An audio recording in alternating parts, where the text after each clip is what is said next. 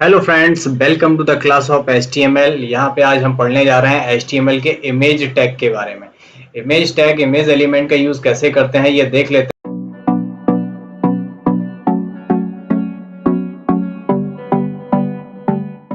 लिखा है image tag का यूज वेब पेज में इमेज शो कराने के लिए किया जाता है। यदि हम अपनी वेबसाइट में, अपने वेब पेज में कोई इमेज डिस्प्ले करना चाहते हैं तो हम IMG टैग का यूज करते हैं। इमेज टैग का क्लोजिंग टैग नहीं होता है। इमेज टैग को सिंपल इस तरीके से लिख दिया जाता है, इमेज SRC और इमेज की लोकेशन जहाँ पे पड़ी हुई है आपके कंप्यूटर में या आप इंटरनेट से ले रहे हैं उसका पूरा लोकेशन आपको डालना पड़ेगा और आपके सामने इमेज टैग आ जाएगी। इसके 2-3 एट्रीब्यूट्स भी होते हैं। पहला एट्रीब्यूट होता है SRC। SRC का मतलब होता है सोर्स। इमेज टैग में SRC सबसे इंपॉर्टेंट एट्रीब्यूट होता है। इस एट्रीब्यूट की वैल्यू में हम उसे इमेज का पाथ देते हैं, रास्ता बताते हैं जिसको शो करना होता है। यदि वो रास्ता इंटरनेट का है तो इंटरनेट की वेबसाइट का एड्रेस देना पड़ेगा। यदि वो आपके कंप्यूटर में डला है तो कंप्यूटर का एड्रेस देना पड़ेगा, जिस फोल्डर में डला है उसका एड्रेस देना पड़ेगा। इसके बाद आता है अल्टरनेट टेक्स्ट। अल्टरनेट टेक्स्ट में अल्ट एट्रीब्यूट का यूज उस इमेज का नाम देने के लिए किया जाता है। यहाँ पे जो मैं नाम दे रहा था, जो इमेज दे रहा था, यदि वो इमेज डिस्प्ले नहीं होती तो उस स्थान पर यदि इमेज नहीं हुई तो किसी दूसरी वजह से इमेज शो नहीं हुई तो अल्ट एट्रीब्यूट में दी गई वैल्यू शो हो जाएगी। यहाँ पे हम जो भी लिखेंगे वो इमेज की जगह पे शो होगा यदि इमेज नहीं दिखेगी तब। इसके बाद आता है विड्थ एंड हाइट। ये भी एक एट्रीब्यूट है। इसमें हम इमेज की हाइट और विड्थ को सेट कर सकते हैं कि इमेज कितनी लंबी, कितनी चौड़ी, कहाँ पे दिखे, ये सारी चीजें फिक्स कर सकते हैं। अगला एट्रीब्यूट आता है स्टाइल का। स्टाइल एट्रीब्यूट में भी हम हाइट, वेट, उसका अलाइनमेंट वगैरह ये सारी चीजें डिफाइन कर सकते हैं।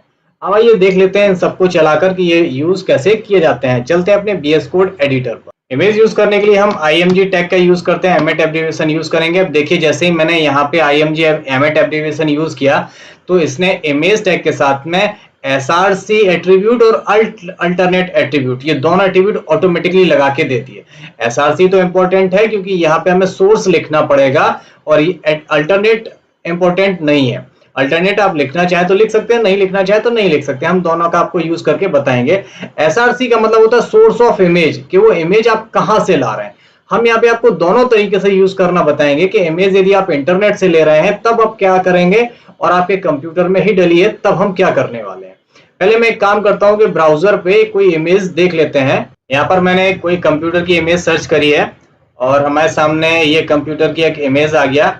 मैं इस पे राइट क्लिक करके और यहाँ से इस इमेज का एड्रेस ले लेता हूँ। लिखा है यहाँ पे कॉपी इमेज एड्रेस, तो हमने इस कॉपी कर लिया है इस इमेज का एड्रेस को। क्यों? क्योंकि हम ये इमेज वो अपने वेबसाइट के पेज पर दिखाना चाहते हैं। ठीक है ना। अब हम वापस चलते हैं अपने VS कोड एडिटर पर और इसी इमेज के एड्रेस को हम वहां पे इमेज के सोर्स कोड में पेस्ट करने वाले हैं। अब यहाँ पे जो SRC लिखा है इस जगह पे हम उस इमेज का एड्रेस हमने इस तरीके से पेस्ट कर दिया। देखिए यहाँ पे इसका एड्रेस आ गया पूरा, जो उस वेबसाइट का एड्रेस था वो यहाँ पे आ गया। ठीक है ना। और आखिरी में जाके देखेंगे तो यहाँ पे जो अल्टरनेट टेक्स्ट है वो ब्लैंक लिखा हुआ है। हम इसका भी अभी आपको यूज करके दिखाएंगे वो कैसे यूज करते हैं। अभी हम इसको यूज करते हैं। सिंपल आपको सेव करना है। जैसे हम सेव करते हैं, अभी कुछ नहीं हुआ क्योंकि हमें यहाँ पे गो लाइव पर आना है। गो लाइव पर हम क्लिक करेंगे और देखिए वो इमेज यहाँ पर दिख गई है। जैसे ही मैंने गो लाइव पर क्लिक किया और वो इमेज यहाँ पर आ गई है। ये वही इमेज है जो मैंने उस वेबसाइट के एड्रेस से उठाई थी। इस तरीके से आप इमेज SRC टैग का भी यूज कर सकते हैं। इमेज SRC करने से अगर आप इंटरनेट से इमेज उठाते हैं तब भी आप इस तरीके से उठा सकते हैं। अब यहाँ पे इसके कुछ एट्रीब्यूट्स और होते हैं। जैसे ये इमेज बहुत बड़ी दिख रही है तो इसके जो मैंने एट्रीब्यूट आपको बताए थे, एट्रीब्यूट था जैसे हाइट और विड्थ। तो यहाँ पे हम हाइट और विड्थ यूज करते हैं। यहाँ पे विड्थ आया तो विड्थ मैंने दे दी इसकी 150 और इसके बाद मैंने हाइट भी दे दी 150। सेव करते हैं। जैसे ही मैंने सेव किया तो 150 या 150 से ही इतना साइज का आ गया। तो ये भी एक एट्रीब्यूट है जहाँ पे विड्थ और हाइट हम दोनों यूज कर सकते हैं। या पिक्सल्स में भी यूज कर सकते हैं और पॉइंट में भी यूज कर सकते हैं। अगर हम पिक्सल में यूज करते तो यहाँ पे 150 की जगह पे हम px लिख देंगे और यहाँ पे भी हम px लिख देंगे और सेव करके देखते हैं तब भी वो चीज सेम काम करेगी। ठीक है ना। क्लियर, समझ में आया हाइट और विड्थ क्या करता है। अब यही चीज हम यूज करके देख लेते हैं कि यदि हम अपने कंप्यूटर पे मेरे पे कोई इमेज डली है तो वो कैसे यूज करेंगे।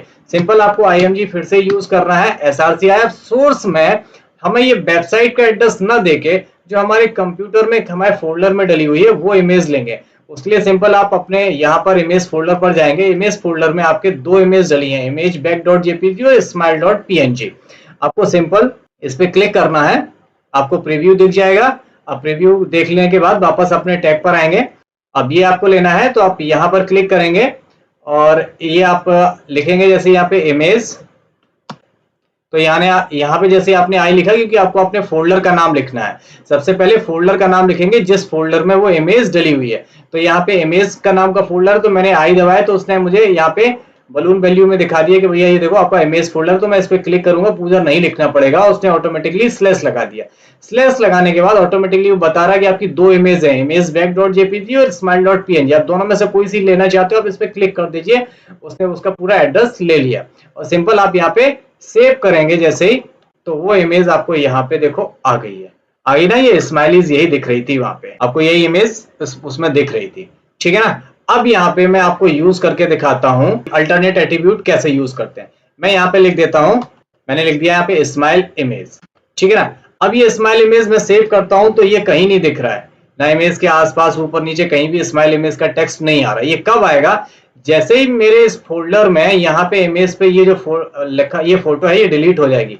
मैं यहाँ पे इसको डिलीट कर देता हूँ। यहाँ पे डिलीट लिखा है, यहाँ पे मैं डिलीट कर देता हूँ। यहाँ पे लिखा है मूव टू रिसाइकल बिन। यहाँ पे जो हमने स्माइल इमेज लिखा हुआ है, अब यहाँ पे देखिए सोर्स में अल्ट में क्या लिख के आ रहा है, स्माइल इमेज। यहाँ पे देखिए स्माइल इमेज आ रहा है कि नहीं आ रहा है? स्माइल की इमेज नहीं दिख रही है, इस वजह से ये अल्टरनेट एट्रीब्यूट दिख रहा है। अगर वहां पे इमेज होगी तो वहां पे ये दिखने लगेगी। क्लियर है ना। अब वापस अगर हम लाएंगे तो देख लेते हैं कैसे आएगी। यहाँ पे वो इमेज वापस आ गई है तो ये आपको यहाँ पे दिखने लगी है। स्माइल पीएनजी वापस आ गई तो यहाँ पे वो इमेज दिखने लगी है। अब वो आपको एसआरसी वाला कोड नहीं दिखेगा। अब इसी के साथ हम हाइट विड्थ भी इसकी एडजस्ट कर लेते हैं। तो हम यहाँ पे हाइट वाला लेंगे, यहाँ पे हमने विड्थ लिया, विड्थ इसकी 200 कर देते हैं। इसके बाद हम हाइट भी लेते हैं, हाइट इसकी 200 करते हैं, कंट्रोल एस करते हैं तो देखिए यह इसकी 200 हाइट और विड्थ यहाँ पे हम एडजस्ट कर दिए। तो यहाँ पे हमने ये हाइट और विड्थ का भी एट्रीब्यूट यूज करके देख लिया। इसके बाद जो एट्रीब्यूट मैंने आपको बताया था वो था स्टाइल। स्टाइल एट्रीब्यूट में आप कितना चीजें कर सकते हैं, यहाँ पे इसकी वैल्यू आ रही है। आप display, height, width, border, margin, padding, positioning, top, background colour, font size, left right, ये सारी चीजें कर सकते हो। आप इन सारी वैल्यूज में भी स्टाइल दे सकते हो। तो यहाँ पे बहुत सारी हैं, हम इनमें से कोई सी भी आपको यूज करके दिखा देते हैं जो फिलहाल यूज हो सकती है। हम यहाँ पे बैकग्राउंड कलर करते हैं यूज। बैकग्राउंड कलर लिया, यहाँ पे कलर का कॉम्बिनेशन आ गया तो मैंने यहाँ पे ब्राउन ले लिया। आप इस तरीके से, और इसको हम सेव करके देखेंगे तो यहाँ पे उसी इमेज के ऊपर बैकग्राउंड कलर भी आ गया। इस तरीके से हम इमेज के साथ, इमेज टैग के साथ SRC attribute, alternate text attribute, width and height attribute और स्टाइल एट्रीब्यूट का यूज भी कर सकते हैं। ठीक है। उम्मीद करता हूं आपको इमेज टैग अच्छी तरीके से समझ में आ गया होगा। हमने आपको दोनों तरीके से, अगर आप वेबसाइट के माध्यम से, सर्वर से आप ऑनलाइन कोई इमेज उठाते हैं तब कैसे ले सकते हैं, और आपके कंप्यूटर में कोई इमेज डली है तब भी आप कैसे ले सकते हैं, वो मैंने आपको दोनों तरीके से आपको बता दिया है। उम्मीद करते हैं इमेज टैग का यूज करना आपको समझ में आ गया होगा। चला के जरूर देखिए, थोड़ा सा टिपिकल है, समझ में आ जाएगा। यदि कोई समस्या आती है तो मुझे कमेंट करके जरूर बताइएगा। मिलते हैं अगली क्लास में अगले टैग के साथ, तब तक अपना ख्याल रखिए। टेक केयर, गुड बाय, जय हिंद।